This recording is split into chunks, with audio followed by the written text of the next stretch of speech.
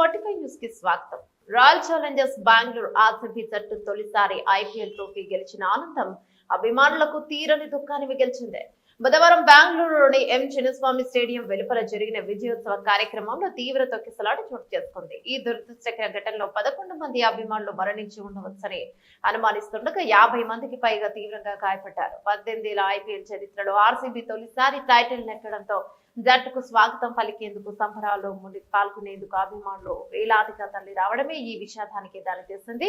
ఈ దుర్ఘటనపై భారత క్రికెట్ నియంత్రణ మండలి బీసీసీఐ కార్యదర్శి దేవజిత్ సైకియా తీవ్ర దిగ్భ్రాంతి వ్యక్తం చేశారు. నిర్వాహకుల వైఫల్యం స్పష్టంగా కనిపిస్తోందని ఆయన ఎన్టీటీవీతో మాట్లాడుతూ అన్నారు. పూర్తి వాస్తవాలు తెలియకుండా నేను ఇప్పుడు ఎవరిని నిందించదలుచుకోలేదు. గత ఏడాది వెస్టిండీస్ లో టీ20 ప్రపంచ కప్ గెలిచిన భారత జట్టుకు ముంబైలో బీసీసీఐ విజయోత్సవ సభ నిర్వహించినప్పుడు స్థానిక క్రికెట్ సంఘం, ముంబై పోలీసులు, అగ్నిమాపక దళం, విపత్తు నిర్వహణ బృందాలతో కలిసి పక్కా ప్రణాళిక రచించాం.